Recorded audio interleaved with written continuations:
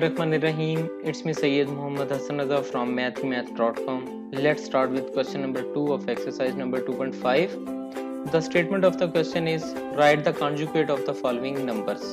यानी ये जो गिवन नंबर्स हैं इनका कंजुगेट हमने लेना है। एक चीज याद रखिए कि इन नंबर्स में एक है आपके पास रियल पार्ट, एक है आपके पास इमेजिनरी पार्ट। जिसके साथ अयोटा आएगा वो इमेजिनरी होगा। यहाँ ये इमेजिनरी है, यहाँ पे यही इमेजिनरी है 0, इसका ये मतलब है कि 0 माइनस अयोटा। तो असल में जब हम कॉन्जुगेट लेंगे तो कॉन्जुगेट का सिर्फ फर्क पड़ेगा अयोटा वाले पार्ट पे, वो रियल वाले पार्ट पे उसको वो जो है ना एक्शन नहीं होगा। तो जैसे कि यहाँ पे है 2 + 3 अयोटा, तो इसका कॉन्जुगेट आ जाएगा 2 - 3 अयोटा।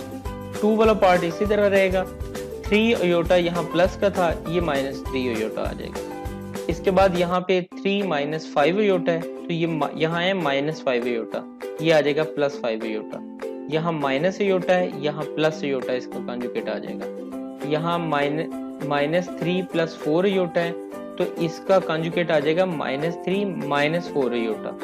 यहाँ पे -4 माइनस अयोटा है, तो ये आ जाएगा -4 प्लस अयोटा।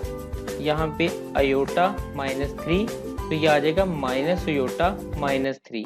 यानी ये 3 वाले पार्ट को कोई असर नहीं होगा। अयोटा के साथ जो भी होगा वो अगर प्लस है तो माइनस हो जाएगा, अगर माइनस है तो प्लस हो जाएगा ड्यूरिंग टेकिंग कंजुगेट। ये क्वेश्चन बहुत ही सिंपल था जो कि कंप्लीट हो चुका है। अगर आपको इसमें कोई कंफ्यूजन है तो आप हमसे कांटेक्ट करें।